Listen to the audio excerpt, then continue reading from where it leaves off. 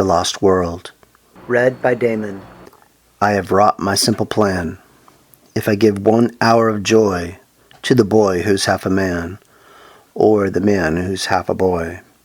The Lost World by Sir Arthur Conan Doyle. Copyright 1912.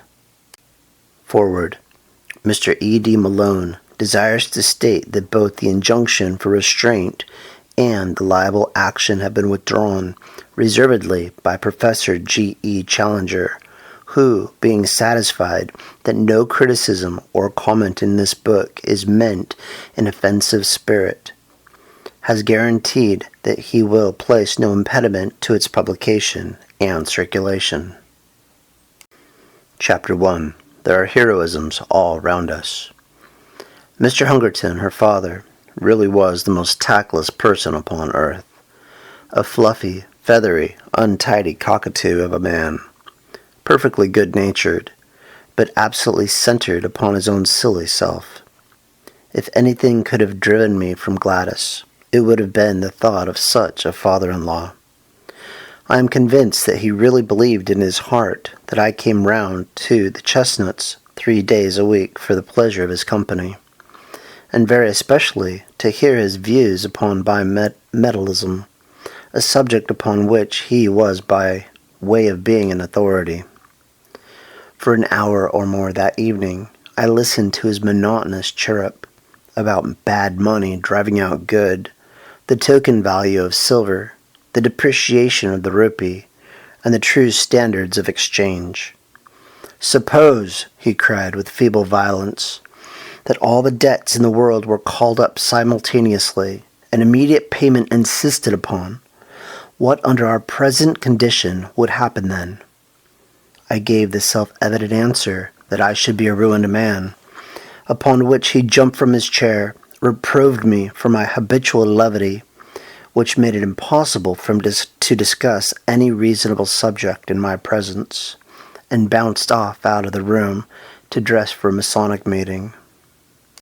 At last, I was alone with Gladys, and the moment of fate had come. All that evening I had felt like the soldier who awaits the signal which will send him on a forlorn hope of victory and fear of repulse alternating in his mind. She sat with that proud, delicate profile of hers, outlined against the red curtain. How beautiful she was, and yet how aloof.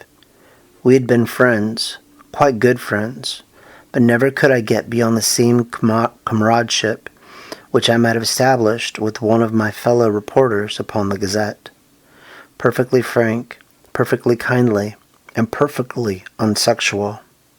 My instincts are all against a woman being too frank and at her ease with me. It is no compliment to a man, where the real sex feeling begins. Timidity and distrust are its companions. Heritage from old wicked days when love and violence went often hand in hand. The bent head, the averted eye, the faltering voice, the wincing figure, these, and not the unshrinking gaze and frank reply, are the true signals of passion. Even in my short life I had learned as much as that, or had inherited it, in that race memory which we call instinct. Gladys was full of every womanly quality. Some judged her to be cold and hard, but such a thought was treason. That delicately bronzed skin, almost oriental in its coloring, the raven hair, the large liquid eyes, the full but exquisite lips, all the stigmata of passion were there. But I was sadly conscious that up to now I had never found the secret of drawing it forth. However come what might, I should have done with suspense and bring matters to a head tonight. She could but refuse me, and better be a repulsed lover than accepted brother. So far my thoughts had carried me, and I was about to break the long and uneasy silence, when 2 critical, dark eyes looked round at me, and the proud head was shaken in smiling reproof. I have a presentiment that you are going to propose, Ned. I do wish you wouldn't. for things are so much nicer as they are. I drew my chair a little nearer. Now, how did you know that I was going to propose? I asked in genuine wonder. Don't women always know? Do you suppose any woman in the world was ever taken unawares? But oh, Ned, our friendship has been so good and so pleasant. What a pity to spoil it. Don't you feel how splendid it is that a young man and young woman should be able to talk face to face as we have talked? I don't know, Gladys. You see, I can talk face to face with the station master. I can't imagine how that official came into the matter, but in he trotted, and set us both laughing. That does not satisfy me in the least. I want my arms around you, and your head on my breast. And oh, Gladys, I want. She had sprung from her chair as she saw signs that I proposed to demonstrate some of my wants. You've spoiled everything, Ned, she said. It's all so beautiful and natural until this kind of thing comes in. It is such a pity. Why can't you control yourself? I didn't invent it, I pleaded. It's nature. It's love. Well, perhaps if both love, it may be different. I have never felt it. But you must. You, with your beauty, with your soul. Oh, Gladys, you are made for love. You must love. One must wait till it comes. But why can't you love me, Gladys? Is it my appearance or what? She did unbend a little. She put forward a hand. Such a gracious, stooping attitude it was. And she pressed back my head. Then she looked into my upturned face with a very wistful smile. No, it isn't that, she said at last. You're not a conceited boy by nature, so I can safely tell you it is not that. It's deeper. My character?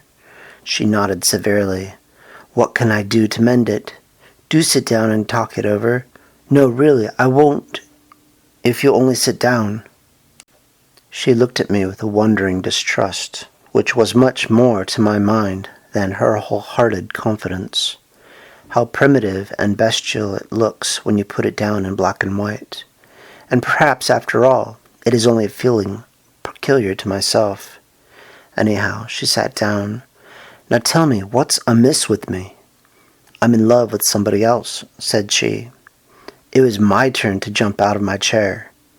It's nobody in particular, she explained, laughing at the expression on my face. Only an ideal. I've never met the kind of man, I mean. Tell me about him. What does he look like? Oh, he might look very much like you.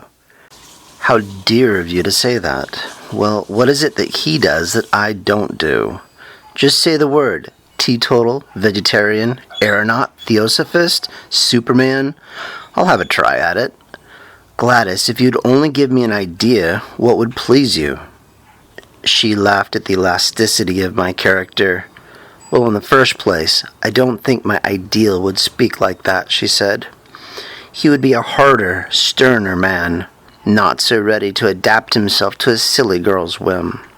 But above all, he must be a man who could do, who could act, who could look death in the face and have no fear of him. A man of great deeds and strange experiences. It is never a man that I should love, but always the glories he had won, for they would be reflected upon me.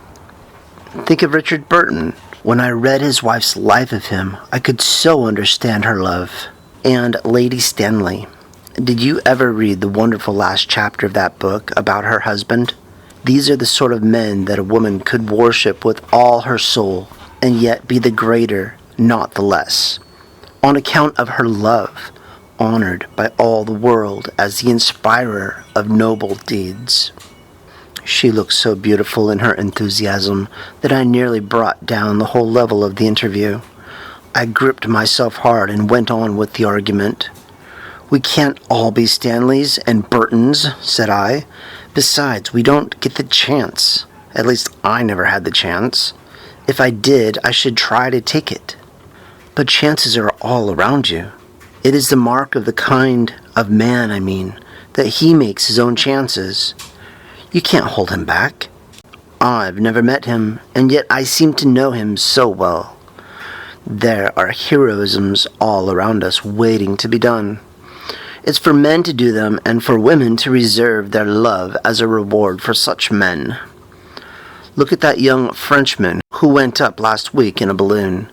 It was blowing a gale of wind, but because he was announced to go, he insisted on starting.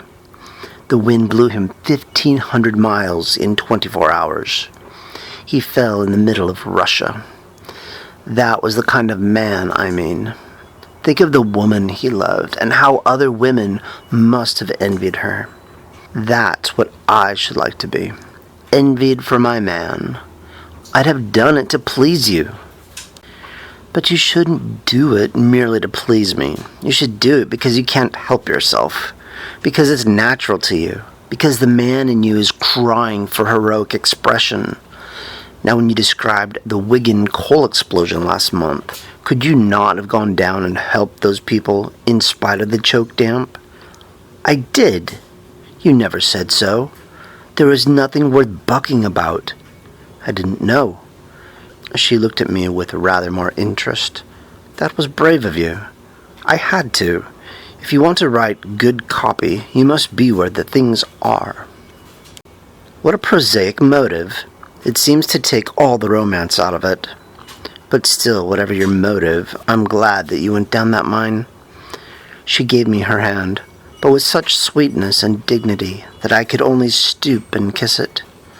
I dare say I am merely a foolish woman with a young girl's fancies, and yet it is so real with me, so entirely part of my very self, that I cannot help acting upon it. If I marry, I do want to marry a famous man. Why should you not? I cried. It is women like you who brace men up. Give me a chance and see if I will take it. Besides, as you say, men ought to make their chances and not wait until they are given. Look at Clive, just a clerk. And he conquered India. By George, I'll do something in the world yet.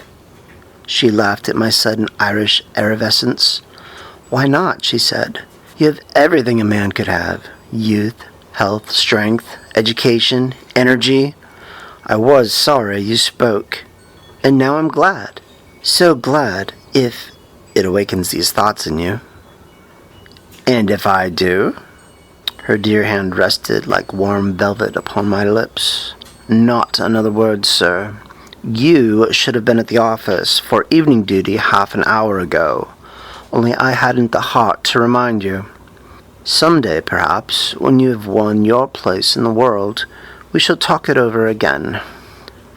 And so it was that I found myself that foggy November evening, pursuing the Camberwell tram with my heart, glowing within me, and with the eager determination that not another day should elapse before I should find some deed which was worthy of my lady.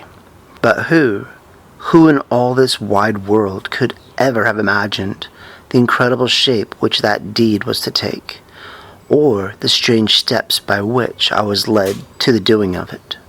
And after all, this opening chapter will seem to the reader to have nothing to do with my narrative, and yet there would have been no narrative without it. For it is only when a man goes out into the world with the thought that there are heroisms all around him, and with the desire all alive in his heart to follow any which may come within sight of him, that he breaks away as I did from the life he knows, and ventures forth into the wonderful mystic twilight land, where lie the great adventures and the great rewards. Behold me, then, at the office of the Daily Gazette, on the staff of which I was a most insignificant unit, with the settled determination that very night, if possible, to find the great quest which should be worthy of my Gladys. Was it hardness? Was it selfishness that she should ask me to risk my life for her own glorification? Such thoughts may come to middle age, but never to ardent 23, in the fever of his first love.